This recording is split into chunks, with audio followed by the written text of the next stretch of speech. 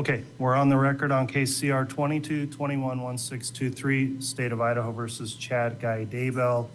The court's been advised that the jury has reached a verdict. The court will note the parties are present. The state's present with Mr. Wood, Ms. Blake, Mr. Wixom, and Ms. Beatty.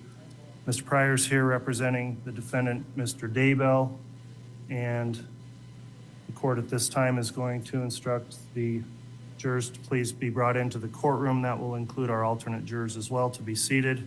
And then I will have the marshal get the verdict form from the jury once they return to the courtroom. So if they can come in at this time, we'll have them brought in.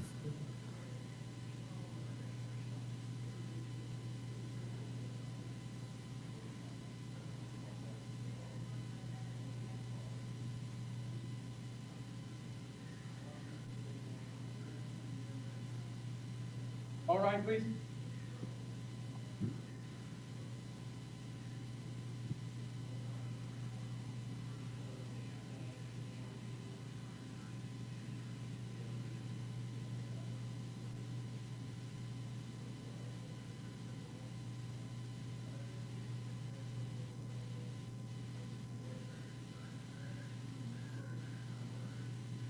Here's our first encounter for you. Thank you. Please be seated.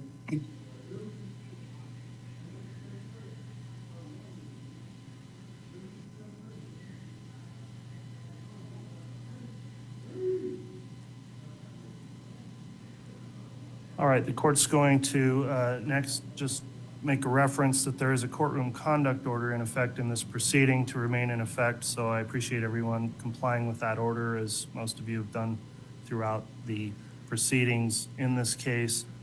At this time then, the first matter I'd like to take up is to do a roll call of the jury for the record. So Madam Clerk, if you could please conduct a roll call of our jury to make sure they're all present and properly seated at this time. Juror number 1, red card number 27. Juror number 2, red card number 219. Juror number 4, red card number 631. Juror number 5, red card number 653.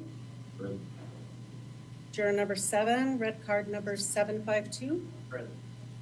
Juror number 8, red card 1680. Juror number 9, red card number 823. Here. Juror number 10, red card 1358. Present. Juror number 11, red card 1365. Juror number 12, red card 716. Juror number 14, red card 997. And juror number 15, red card 1078. All right. Thank you, Madam Clerk, for conducting the roll call. All right, at this time, I'm next going to inquire from the jury foreperson. Has the jury reached a verdict? All right, thank you. Mr. Bailiff, if you would please retrieve the verdict from the jury foreperson.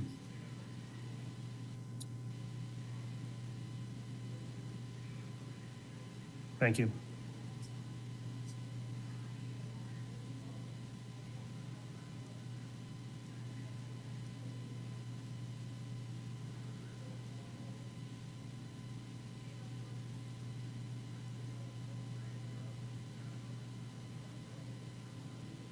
All right, the court has reviewed the verdict form. I'll note that all counts have been properly marked, as well as the verdict form's been properly dated and signed by the foreperson. The next step then is Mr. Daybell, if you and counsel would please rise. I'm going to have the clerk read the verdict.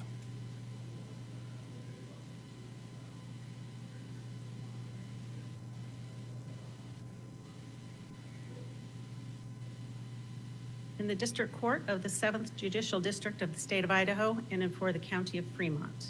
State of Idaho plaintiff versus Chad Daybell defendant, case number CR 22211623. Verdict. We, the jury, duly impaneled and sworn to try the above entitled action for our verdict, unanimously answer the questions submitted to us as follows. Question number 1. In regards to count 1 of the amended indictment, is Chad Daybell not guilty or guilty of conspiracy to commit first-degree murder of Tylee Ryan and grand theft by deception? Guilty. Question number 2. In regards to count 2 of the amended indictment, is Chad Daybell not guilty or guilty of first-degree murder of Tylee Ryan? Guilty. Question number 3. In regards to count 3 of the amended indictment, is Chad Daybell not guilty or guilty of conspiracy to commit first-degree murder of Joshua Jackson Vallow and grand theft by deception? Guilty. Question number 4. In regards to count 4 of the amended indictment, is Chad Daybell not guilty or guilty of first-degree murder of Joshua Jackson Vallow? Guilty. Question number 5. In regards to count 5 of the amended indictment, is Chad Daybell not guilty or guilty of conspiracy to commit first-degree murder of Tammy Daybell? Guilty. Question number 6. In regards to count 6 of the amended indictment, is Chad Daybell not guilty or guilty of first-degree murder of Tammy Daybell? Guilty. Question number 7. In regards to count 7 of the amended indictment, is Chad Daybell not guilty or guilty of insurance fraud? Guilty. Question number 8. In regards to count 8 of the amended indictment, in regards to count 9 of the amended indictment, is Chad Daybell not guilty or guilty of insurance fraud? Guilty. Dated this 30th day of May, 2024, and signed by the presiding juror.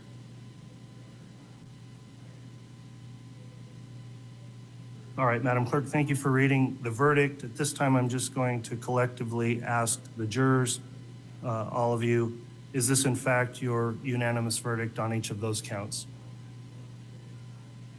Very well. At this time, I'm going to inquire if the parties wish to have the jury polled. Does the state wish to have the jury polled? No, Your Honor. Thank you. Does the defense, Mr. Pryor, wish to have the jury polled? No, Your Honor, thank you. Very well, then. I'm going to direct the clerk to record the verdict. At this time, then, this does conclude the guilt phase of this trial. Because the defendant has been convicted on counts of first-degree murder and conspiracy to commit first-degree murder, the state has filed a notice of intent to seek the death penalty, and so a second phase of this trial, called the sentencing phase, will be taking place next. We're going to take a recess at this time for approximately an hour. We will come back on the record and begin with the start of that sentencing phase of the trial.